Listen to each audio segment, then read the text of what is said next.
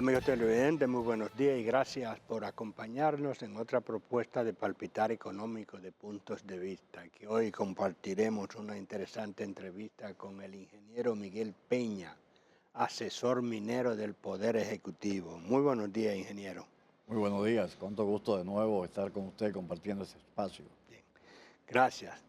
Vamos a hablar de el tema de la minería, que es uno de los sectores de la economía que de vez en cuando entra como en una especie de efervescencia o de moda o que llama mucho la atención últimamente por un tema de que tierras raras que se ha incorporado al, al inventario de posibles búsquedas y exploraciones o explotaciones.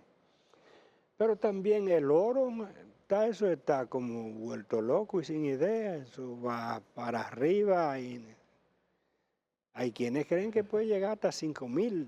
Pero bueno, ya como es muy exagerado, pero bueno, se previó en 2.000 y algo en el presupuesto y ya anda sobre los 3.000, 3.500 por ahí, rondando ahí.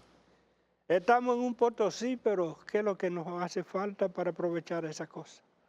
Sin lugar a duda, la minería se ha convertido en una de las columnas más importantes de la economía nacional. En los años 80, cuando me tocó a mí dirigir la Dirección General de Minería, preveíamos el potencial que había minero en el país y por eso en aquella ocasión pudimos desmontar lo que era una política estatizante hacia una política de apertura para las inversiones privadas. Sin lugar a duda que el mecanismo, la dinámica del sector privado inyecta tanto capital como tecnología en el sector. Hoy en día tenemos justamente a consecuencia de esas intervenciones en política de Estado que hemos estado envueltos en los últimos 40 años en el país, pudimos en el año 2000 rescatar la Rosario Dominicana, ese yacimiento de oro que había quebrado el Estado Dominicano, y lanzar a lo que hoy es una mina modelo en el mundo. Sin lugar a duda que se habían hecho las investigaciones por parte de Rosario Dominicana sobre la tecnología, porque una vez que se terminó la parte superior del yacimiento, que eran unos óxidos, había que hacer inversiones adicionales a la parte inferior, que son los sulfuros, que es lo que hoy en día se está extrayendo. O sea, los óxidos están en la capa superior. En un perfil geológico, en la capa superior. Todo el yacimiento, naturalmente, cuando emergió del fondo de los océanos, eran unos sulfuros.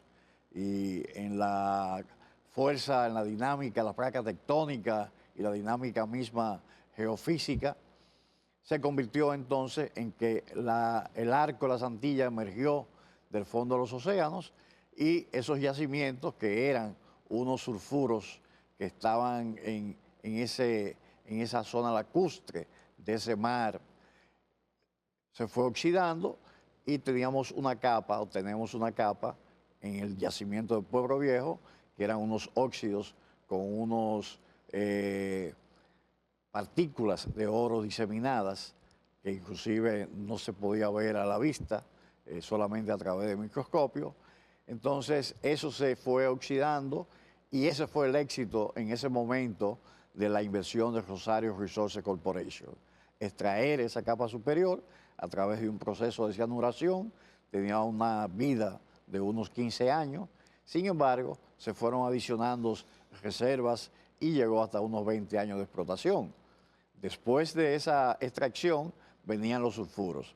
Los sulfuros es un mineral complejo, es una mezcla de varios metales. Verdaderamente es un yacimiento, es un cobre porfírico, un pórfido de cobre, pero en su valor es oro. Es un yacimiento de oro y se han convertido en uno de los yacimientos de oro más importantes. Estamos en los primeros 5 lugares del mundo. Eso le da una fortaleza a la economía nacional. Esa inyección en ese momento, cuando licitamos lo que era esa propiedad de Rosario Dominicana, que fue un contrato especial modelo porque el yacimiento sigue siendo propiedad del Estado Dominicano y lo que hicimos fue ofrecerle al inversionista un arrendamiento de esos derechos mineros para que tuviera entonces seguridad jurídica para la inversión que fuese necesario. Así vino en ese entonces y Praseldon ganó ese concurso internacional. Después Praseldon vendió todos sus activos a Barrick Gold Corporation y ahí viene entonces la participación de Barrick en esa explotación minera. En aquel entonces, el año 2012, después de unos 5 o 6 años de investigaciones, entonces se convirtió en una operación minera que hoy es justamente una operación minera que es referencia mundial. La economía dominicana se ha beneficiado de esas decisiones que hicimos en los años 2000 y también, asimismo, hemos podido entonces beneficiarnos de los precios del oro. En aquel momento, cuando licitamos, los precios del oro andaban por los $240. Entonces, en aquel momento, yo recuerdo que en medio de la negociación había una fórmula que nos inventamos, que aplicamos para las ganancias extraordinarias, que había que compartirla con el Estado Dominicano. Y recuerdo que en medio de la negociación se paró porque el presidente de Praseldon se paró muy molesto porque en la fórmula que yo aplicaba llegaba hasta $850, $1,200. Y se paró y dijo, Miguel Peña, para. Y hoy en día pensar de que el oro esté entre $1,500 la onza, como tal usted decía, hay economistas que dicen que puede llegar a $5,000.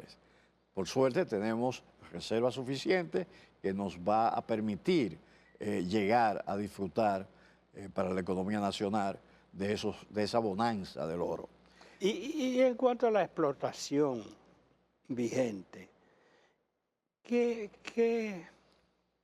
pudiera ser un instrumento o alguna situación que frenara? ¿Es estándar o hay posibilidad de ampliar la producción según los mercados vayan siendo más atractivos? No, sin lugar a duda, en una de mis especialidades, economía minera, nosotros tenemos una definición de cuáles son los valores mínimos económicos para una explotación minera. Cada vez que se cambian los valores en los precios del oro, nosotros tenemos diferente calificación de las reservas. Entonces hay reservas que son marginales porque los precios no permiten el costo de producción y si los precios internacional de esa materia prima aumenta, entonces esas reservas aumentan. Por eso hoy en día Barrick está inmersa en una, ellos le llaman expansión minera, yo le llamo optimización de recursos mineros, donde parte de esas reservas marginales se han convertido en reservas probadas. Significa que hoy en día tenemos como 15 o 20, el corte son 15, 16 millones de onzas de oro, pero puede ser que de mantenerse estos precios, pues esas reservas, sin tener que hacer otras exploraciones, aumenten su calidad y aumente entonces la vida de la mina o pueda llegarse a aumentar la producción. De 15 a 16 millones de onzas de oro. Eso es el estimado de la vida de la mina. En estos momentos. Ahora. Lo que permitió, lo que justificó, la reinversión en la expansión, como se oye hoy en los medios, que es necesaria una presa de cola adicional. Entonces, todos esos volúmenes de esas reservas marginales se han aumentado en calidad de categoría y han permitido entonces que se aumente la producción. Y Barrick, una vez termine esta expansión, termine ya las infraestructuras, porque se está haciendo una inversión adicional. La inversión total anda por el orden de los $2.500 millones, poniendo una línea adicional de producción y va a permitirle entonces por los próximos 15 o 20 años mantener una producción sostenible del orden de 850.000 a un millón de onzas de oro. Esa es en cuanto al beneficio directo que se pueda tener con ese yacimiento y esta fluctuación de los precios del oro. Naturalmente, también momentáneamente hemos visto el impacto que tiene en el presupuesto nacional cuando ha ido aumentando los valores de los precios en los mercados internacionales. Hay algunos aspectos que yo contemplo en esta entrevista, como es el tema de la tierra rara, y veo que usted anda con un libro que quiere conversar sobre él, es que lo tendrá en circulación próximamente. Pero vamos a hacer una breve pausa comercial y volvemos en unos instantes.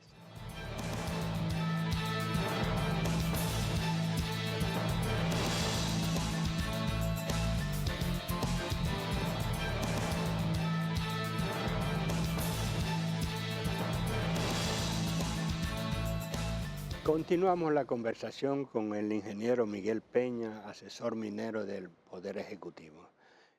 Antes que empecemos sobre los temas que le dejé en el aire, me gustaría una precisión. ¿Solamente la Barrick está extrayendo oro, explotando minas, extrayendo oro, en Sí, sentido? sí, la actividad es nuestra, las actividades económicas, mineras nuestras han estado concentradas en tres operaciones básicamente. La tradicional Falcon Bridge, que en este momento desafortunadamente se encuentra parada debido a los conflictos internos de los accionistas, más también a los precios y la sobreoferta de níquel que ha habido en el mundo. Falcon Bridge en este momento todavía está en una etapa de renegociación entre sus inversionistas y en la búsqueda de otras fuentes también de inversiones.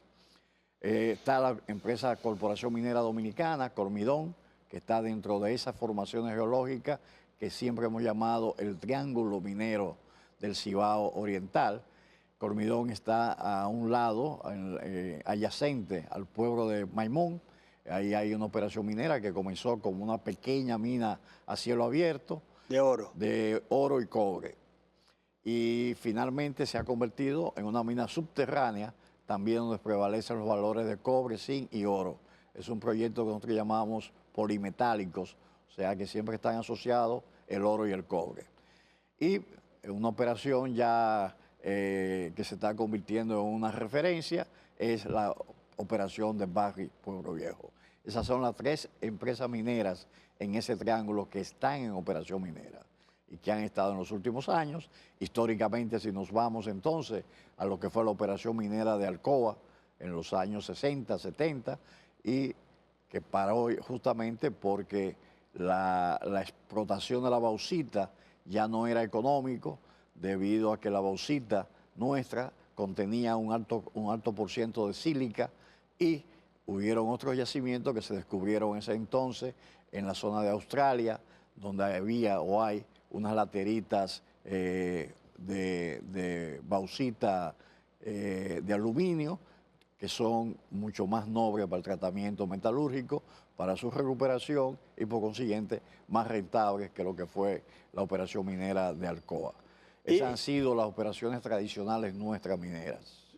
Y lo del proyecto de San Juan, ¿qué pasó? Sin lugar a dudas que la geología nuestra tiene todas las condiciones para que existan otros yacimientos Romero, mineros. creo que se llama. En la zona de San Juan tenemos la zona del proyecto Romero, que en este momento está bajo una evaluación ya ambiental, después de haber sido evaluada el yacimiento y haberse determinado que era rentable, pues se fue a la etapa de evaluación ambiental, que es la que determina finalmente si es económicamente y ambientalmente sostenible. Esa operación, esa evaluación está en este momento en curso y tenemos otros proyectos como son los proyectos en la frontera, en la zona de restauración, en una operación minera que nosotros comenzamos en el año 1982, esa exploración. Digo nosotros porque estábamos en la Dirección General de Minería y fue un proyecto que nosotros iniciamos en ese entonces. En el año 2000 llamamos a licitación internacional para que otros inversionistas continuaran con la evaluación de restauración y ahí tenemos ya definido una mina pequeña a cielo abierto donde la mineralización continúa a profundidad y hay un tremendo potencial. Inclusive esa compañía Precipitate acaba el año pasado de firmar un convenio de exploración con Barrick porque hay un potencial extenso de un pórfido de cobre con oro. Sin embargo, en esta ocasión se están concentrando a lo que es poner en producción esa primera fase de un pequeño pit, un pequeño yacimiento, y a partir de ahí entonces se necesita, que está ahora en curso, una evaluación ambiental que determinaría igualmente, igual que San Juan, igual que Romero de San Juan, la viabilidad de esos proyectos. Sin lugar a dudas que la sumatoria de estos proyectos, más ahora el potencial que se ha descubierto en la zona de Bauruco, en la zona de Pedernales, de las tierras raras, nos posicionarían en nuestra economía el sector minero para que tenga un fundamento y una fuerza para la economía nacional. Ya que tocó el tema de las tierras raras y la presencia de su libro, ¿qué es lo que falta? Bueno, este es un proyecto que ya lleva varios años en prospección.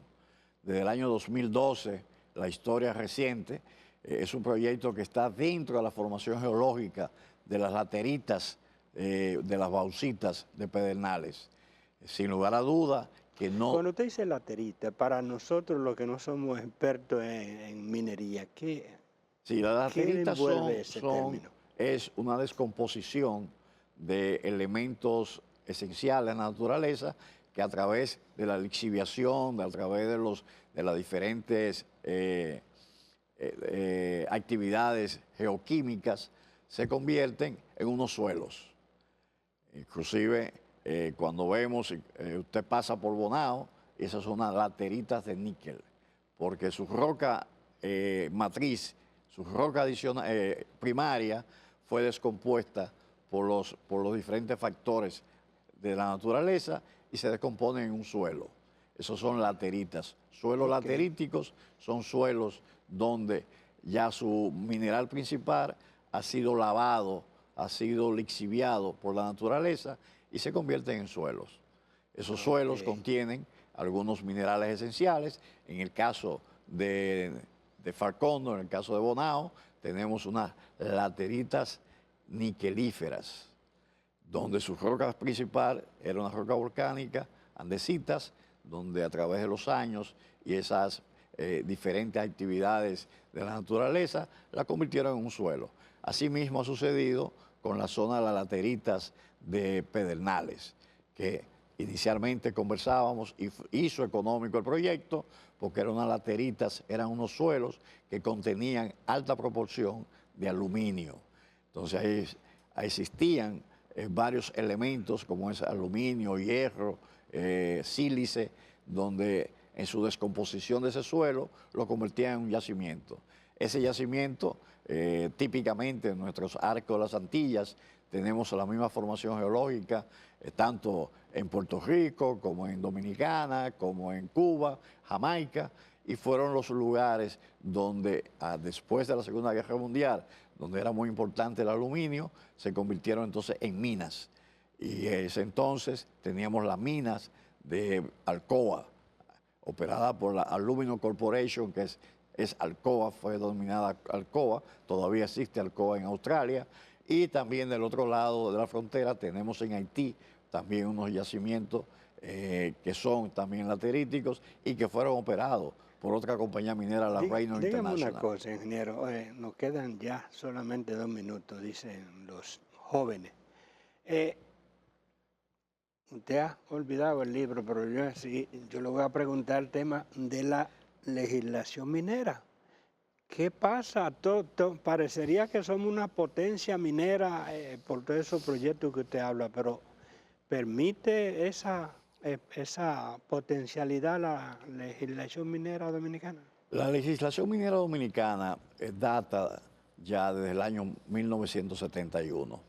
La evolución jurídica, la evolución jurídica viene desde los años 1900. Esa ley minera justamente se hizo como un proyecto especial para poderle dar la apertura y poder sostener la inversión que se venía desarrollando para la mina de Pueblo Viejo. En ese entonces, varios organismos internacionales asistieron al gobierno dominicano y verdaderamente como una ley genérica, abarca y sustenta muchos principios mineros que todavía son válidos. Sin embargo, después que se ha tenido mayor conciencia de lo que son los aspectos ambientales y lo que es la jurisprudencia general, la ley necesita ser actualizada en algunos de sus artículos. Pero la ley de por sí mantiene muchos artículos, porque si nos vamos a las legislaciones mineras, nos encontramos que la legislación minera americana es de los años 1760, tiene más de 150, 200 años. Si nos vamos a la legislación francesa, por igual. Sin embargo, muchas de ellas tienen códigos especiales, principalmente en la parte ambiental y en la parte económica. Me dicen que se acabó, coja 30 segundos para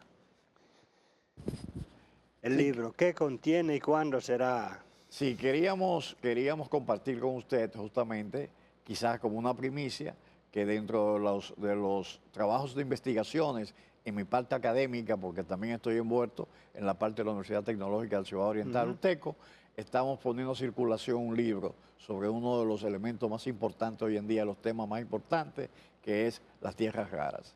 Lo vamos a poner en circulación en las próximas semanas y esperamos que usted nos acompañe. Gracias, y gracias por aceptar nuestra invitación. Usted sabe que este espacio es suyo. Muchísimas gracias. Y a ustedes, amigos televidentes, como siempre, la cita para el próximo domingo en otros puntos de vista. Hasta entonces.